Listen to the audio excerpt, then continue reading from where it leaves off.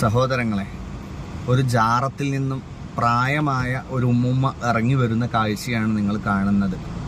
സ്വന്തം ഭർത്താവ് മരിച്ചാൽ പോലും അവരുടെ ഖബർ സിയാറത്ത് ചെയ്യാൻ സ്ത്രീകൾക്ക് ഇസ്ലാം അനുവദിക്കുന്നില്ല എന്നിരിക്കെ ഇവരെങ്ങോട്ടാണ് പോയത്, എന്തിനാണ് പോയതെന്ന് നമുക്ക് ചോദിച്ച് മനസ്സിലാക്കാം. പേരെന്താ? ഇപ്പൊ ഇവിടേക്ക് ജാറത്തിലേക്ക് വന്നതാണ്. നിങ്ങളിപ്പോ ഈ ജാറത്തെ കുറിച്ചിട്ട് എങ്ങനെ അറിഞ്ഞത്? ഇവിടെ പിന്നെ അമ്മാമന്റെ മകള് ഒരു മോളെ കൊണ്ട് കൊപ്പത്തേക്ക് കടിച്ചു. അതിന്റെ അമ്മ ഇവിടെ ഉണ്ടായിരുന്നു. ഒരു ഒറ്റ പുളിന്റെ ഒട്ടി മോളെ കൊണ്ട് കുടിക്കും പറ്റേ. അപ്പൊ എന്റെ അടുത്ത് വന്നപ്പോ എന്നോട് വന്നിട്ട് ഈ കാര്യം കണ്ടപ്പോ ഞാൻ എന്താ അവിടെ കുഞ്ഞേണ വിളിക്ക. കുഞ്ഞ് എങ്ങനെ ഒരു മക്കളെങ്കിൽ അവിടെ നിന്ന് പോയി. അവള് കറാമത്തില്ല. മോനെ എത്ര ബസ്സുകാരാണ്, എത്ര ആൾക്കാരാണ് പൈസ എടുക്കുന്നറിയോ? അവിടെ ഒന്നുമില്ല. നമ്മള് പോയിട്ട് നമ്മളെ സങ്കടം പറയാം. പോയ ചെയ്യാൻ കേൾക്കുവോ? ഒരു ആയാത്തിന് മുമ്പ് നിങ്ങളല്ലേ മോനെ, അവര് മൊത്തായിട്ടില്ലല്ലോ. നമ്മള് മക്കാമിലിക്കും നേർച്ച ഉണ്ടാകുന്ന അവിടെ 30 ഉറുപ്പ്യക്ക് 2 കുട്ടീന്റെ ഭാഗം. 30 ഉറുപ്പ്യന്റെ 2 കൊണ്ട് കത്തിക്കുക. അവിടെ തിരിയുണ്ട്. അത് നമ്മൾ നെറ്റിട്ട് വെച്ചിട്ട് ആ തിരി എടുത്തിട്ട് ഒന്ന് ഇതാക്കിട്ട് കത്തിക്കുക. എല്ലാവരും പറഞ്ഞ് മറക്കണ്ടോ. പിന്നെ മാണിക്കജാർ റസൂലാനെ 23ാമത്തെ പേരക്കുട്ടി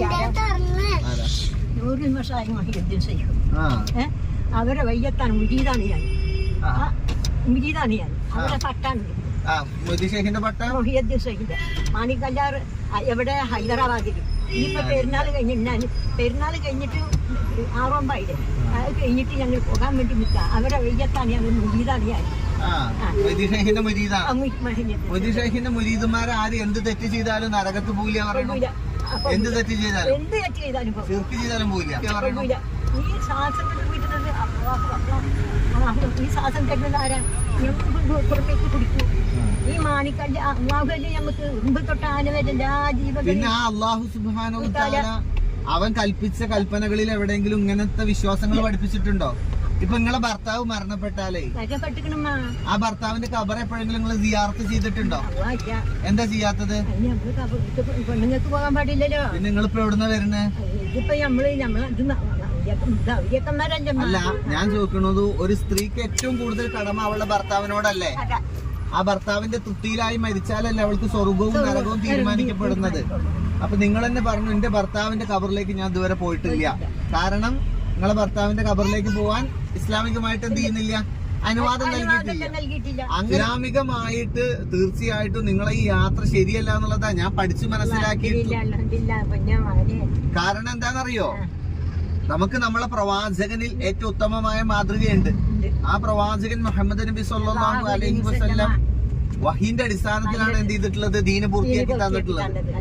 ആ ദീനില് സ്ത്രീകൾ മക്ബറ സന്ദർശിക്കരുതേ എന്ന് പറഞ്ഞു കഴിഞ്ഞാൽ, അല്ലെങ്കിൽ സ്ത്രീകൾ ഭർത്താക്കന്മാരുടെ ഖബർ സന്ദർശിക്കാൻ അവർക്ക് അനുമതി നൽകിയിട്ടില്ലെങ്കിൽ നമുക്ക് അന്യപുരുഷന്മാരാ, ഏത് ഔലിയാക്കളായാലും അന്യപുരുഷന്മാരാണല്ലോ, അവരുടെ അടുത്ത് പോണത് ശരിയായ നിലപാടാണോ? പിന്നെ ഓരോരോ വിശ്വാസത്തില് ആ വിശ്വാസമല്ല, ഇസ്ലാമിന്റെ വിശ്വാസം ഒന്ന് മാത്രമാണ്. ഇസ്ലാമിന്റെ വിശ്വാസം ഒന്ന് മാത്രമാണ്. ആ വിശ്വാസത്തിൽ ഇത് പഠിപ്പിച്ചിട്ടില്ല. നിങ്ങളെ മൊയ്തി ഷെയ്ഖിനെ എവിടെ നിന്ന് വിളിച്ചാലും അയാൾ വിളി കേൾക്കും. ഞങ്ങളൊന്നും ഇപ്പൊ വിളിക്കോ? ഇപ്പൊ വിളിക്കാന് നമ്മള് ആ മുറാക്കം എന്നിട്ട് ഈ സാധനങ്ങൾ തന്നെ മൊയ്യദ്ദീൻ ഷെയ്ഖിനെ വിളിച്ച പിന്നെ അത് നമ്മള് എപ്പോ എവിടുന്ന് വിളിച്ചിക്കണോ അതെ നിന്റെ വിശ്വാസം. ഞാനും നിങ്ങളും വിശ്വസിക്കേണ്ടത് അള്ളാഹു അവന്റെ റസൂലും കൊണ്ടുവന്നതിലാണ്. അപ്പൊ ആ അള്ളാഹു അവന്റെ റസൂലും കൊണ്ടുവന്നതിൽ നമ്മള് ഔലിയാക്കൾ എന്ന് പറഞ്ഞു കഴിഞ്ഞാൽ അള്ളാഹുവിന്റെ ഇഷ്ടദാസന്മാരാണ്. അള്ളാഹുവിന്റെ ഇഷ്ടം കിട്ടാൻ അവരെന്താ ചെയ്തത്? അവർ അള്ളാഹുവിന്റെ കൽപ്പനകൾ അനുസരിക്കുകയും പ്രവാചകനെ ഇത്തിബാ ചെയ്തുകൊണ്ട് ജീവിക്കുകയും ചെയ്തു. അപ്പോൾ നമ്മളും അള്ളാഹുവിന്റെ കൽപ്പനകൾ അനുസരിക്കുകയും പ്രവാചകനെ ഇത്തിബാ ചെയ്യുകയും ചെയ്താൽ എന്നെയും നിങ്ങളെയും ഒക്കെ എന്ത് ചെയ്യും? അള്ളാഹു ഇഷ്ടപ്പെടും.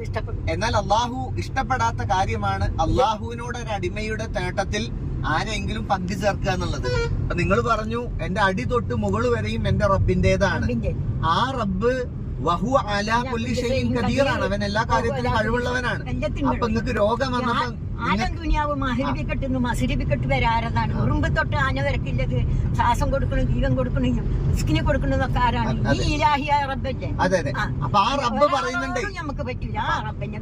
അപ്പൊ ആ റബ്ബ് പറയുന്നുണ്ട് വഖാല റബ്ബുക്കും, ഇതാ നിങ്ങൾ റബ്ബ് പറഞ്ഞിരിക്കുന്നു ഉദ്ഉനി അസ്തജിബ് ലക്കും, നിങ്ങൾ എന്നോട് പ്രാർത്ഥിച്ചു ഞാൻ നിങ്ങൾക്ക് ഉത്തരം നൽകാം.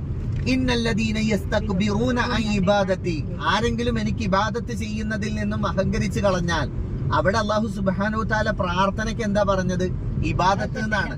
നബി സല്ലല്ലാഹു അലൈഹി വസല്ലം പറഞ്ഞു അദ്ദുആഉ ഹുവൽ ഇബാദ, പ്രാർത്ഥന എന്താണോ അത് തന്നെയാണ് ആരാധന. അപ്പൊ ആരെങ്കിലും എന്നോട് പ്രാർത്ഥിക്കുന്നതിൽ നിന്നും അഹങ്കരിച്ച് തിരിഞ്ഞു കളഞ്ഞാൽ സയദ്ഖുലൂന ജഹന്നമ ദാഹിരി, അവനെ വളരെ നിന്ദ്യനായിക്കൊണ്ട് ഞാൻ എന്ത് ചെയ്യും? നരകത്തിലേക്ക് പ്രവേശിപ്പിക്കുന്നുള്ളതാ. അപ്പൊ നിങ്ങൾ പറഞ്ഞു ഏതവസ്ഥയിലും ഞാൻ മൊയ്തീൻ ഷൈഖിനെ വിളിക്കാറുണ്ട്, അദ്ദേഹം വിളി കേൾക്കാറുണ്ട് എന്ന് പറഞ്ഞാൽ ഇത് അള്ളാഹു റസൂലും പഠിപ്പിച്ച വിശ്വാസത്തിന് എതിരാണ്. ആ വിശ്വാസവുമായിട്ടാണ് നമ്മൾ അള്ളാഹുവിനെ കണ്ടുമുട്ടുന്നതെങ്കിൽ തീർച്ചയായിട്ടും നമുക്ക് സ്വർഗത്തിന് പകരം അള്ളാഹു സുബ്ഹാനഹു തആല കത്തിക്കാളുന്ന നരകാണ് തരിക. അപ്പൊ നമ്മൾ ഏതവസ്ഥയിലും വിളിക്കേണ്ടത് ആരെയാണ്? അള്ളാഹുവിനെ. ഇതിപ്പോ ഈ മൊയ്തീൻ ഷൈഖിന്റെ എന്താന്നാ പറഞ്ഞ് നമ്മള് പിന്നെ മൊഹിയുദ്ദീൻ ഷൈഖിന്റെ തുടർച്ച വയ്യത്ത് വാങ്ങ പറയും. അവര് ഈ പട്ടിയാണ് ഞങ്ങൾക്കൊക്കെ ചെയ്യാം. ഇതിപ്പോ ഉസ്താദ്മാർ തന്നാ ഇത് ഞങ്ങളെ ഷെയ്ഖും പിന്നെ ഞങ്ങൾക്ക് ക്ലാസ്സിന് വരുന്നുണ്ട്. ഞാൻ ക്ലാസ്സിന് വരുന്ന ഉസ്താദ് കണ്ടതാണ്. ആ ഷെയ്ഖിനോട് നിങ്ങൾ ചോദിച്ചു നോക്കിയിട്ടുണ്ടോ? എന്റെ സ്വന്തം ഭർത്താവിനോടാണ് എനിക്ക് ഏറ്റവും കൂടുതൽ കടമ. ഇത് പ്രവാചകൻ പഠിപ്പിച്ചതാണ്. ആ ഭർത്താവിന്റെ തൃപ്തിയിലും പൊരുത്തത്തിലുമായി ജീവിച്ചാലേ എനിക്ക് സ്വർഗം കിട്ടൂ. എന്നാൽ ആ ഭർത്താവ് അള്ളാഹുവിന്റെ തീരുമാനപ്രകാരം മരണപ്പെട്ടാൽ അദ്ദേഹത്തിന്റെ സ്വന്തം കബറിടം പോയി കാണാൻ പോലും എനിക്ക് അനുമതിയില്ല ഇസ്ലാമില്. പിന്നെ എങ്ങനെയാണ് ഞാൻ, എനിക്ക് യാതൊരു രക്തബന്ധവും ഇല്ലാത്ത ആരായാലും അദ്ദേഹം ഒരു ആണല്ലേ, ഒരു പുരുഷനല്ലേ, അദ്ദേഹത്തിന്റെ കബർ സന്ദർശിക്കാൻ എനിക്ക് എങ്ങനെയാണ് നിങ്ങൾ അനുമതി നൽകുക എന്നൊന്ന് ചോദിച്ചു നോക്കണം. നിങ്ങൾ എന്ത് ചെയ്യണം എന്നറിയോ? നിങ്ങൾ ഈ യാത്ര നിർത്തണം. കാരണം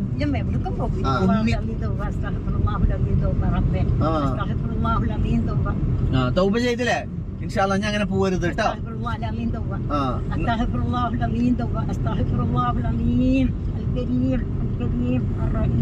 അള്ളാഹുവേ നീ ഉമ്മാക്ക് പുറത്തു കൊടുക്കണം റബ്ബേ. ആമീൻ ആമീൻ ആമീൻ. ഇപ്പൊ ഏതോ നാട്ടില് അള്ളാഹു അല്ലാത്ത മരിച്ചു മൺമറഞ്ഞു പോയ ആളുകളെ വിളിച്ച് പ്രാർത്ഥിച്ചിരുന്ന ഞാൻ നിങ്ങളിവിടെ കണ്ടത് എങ്ങനെയാ? അൽഹംദുലില്ലാ. എന്നെ കണ്ടത് ഹൈറാണോ ഷർറാണോ? ഒരു പുതിയൊരു അറിവ് നിങ്ങൾക്ക് കിട്ടിയില്ലേ? അൽഹംദുലില്ലാ.